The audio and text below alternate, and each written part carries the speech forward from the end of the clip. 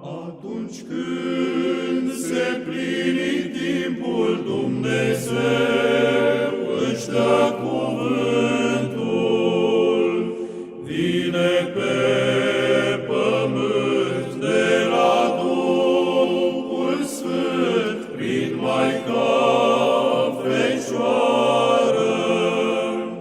Când timpul s-a împlinit, ea a devenit cuvântul lui scară.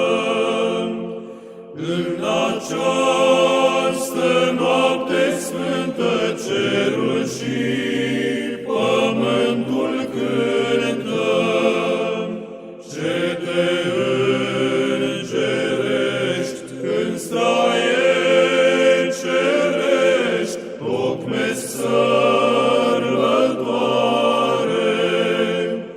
Oameni credincioși, smeriți, dar voioși, vin în grabă mare.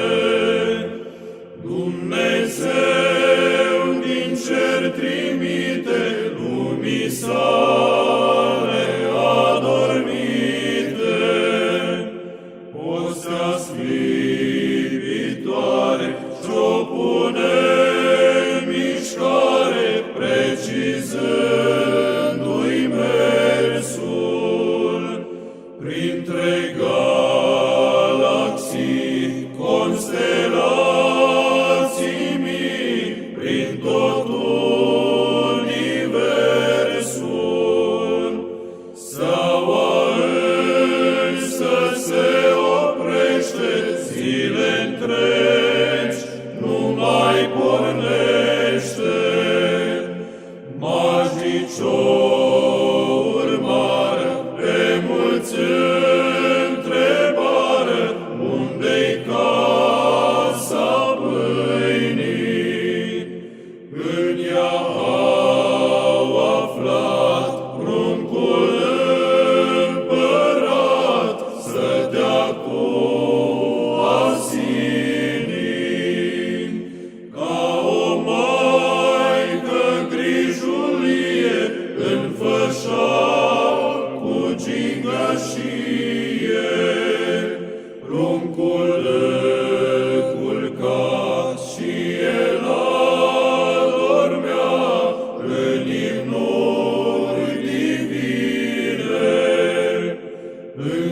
Îngerii veneau și îi aduceau apă, vin și pâine. O Fecioară, Maică Sfântă, toată România-ți cântă. Vino, nu uita că e țara ta, grădina cu flori. Semn că te iubim, cu drag te primim, chiar de sărbători. În grădina Maicii Sfinte, frați români, luați aminte. Stați, nu mai plecați, ca să cultivați grâu pentru prescură.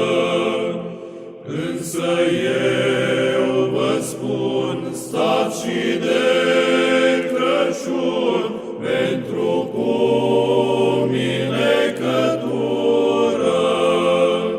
Dumnezeu din cer privește și vorbește românește.